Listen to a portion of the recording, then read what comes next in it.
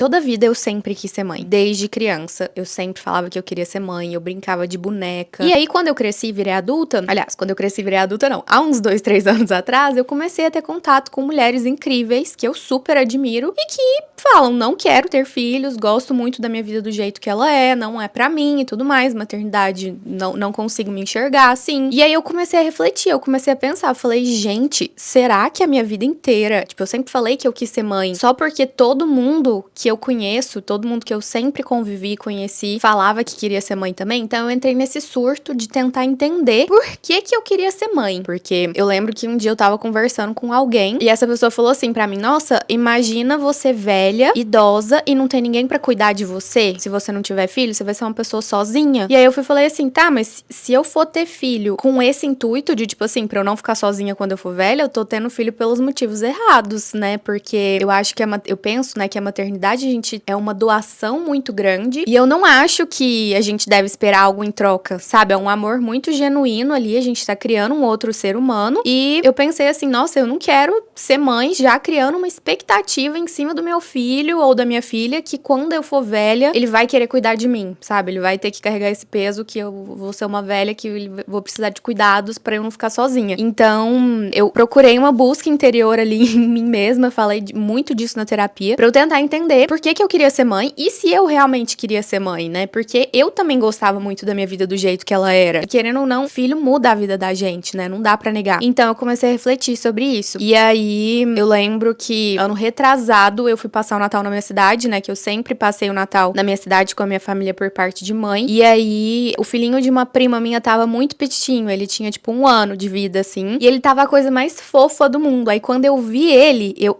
era bem nessa época que eu tava na dúvida, assim, sabe? Eu tava pensando muito sobre isso, porque eu já tava casada com o Gabriel. E a gente sempre conversou, desde o começo do nosso relacionamento, que a gente sempre queria ter filho, né? E eu tava tendo essas reflexões, tipo, depois de casada com ele já, será que eu quero? Será que eu não quero? E aí, na hora que eu, tipo, peguei o bebê da minha prima no colo e vi ele, assim, vi ela com ele, eu falei assim, não, eu tenho certeza que eu quero ser mãe, sabe? Tipo, parece que todas aquelas piras minhas, os meus surtos, minhas reflexões ali, sumiram da minha cabeça naquele momento, porque eu falei, é isso que eu quero mesmo, então foi a virada de chave, assim, que eu precisava. E aí eu voltei a pensar nisso e voltei a ficar em paz com isso.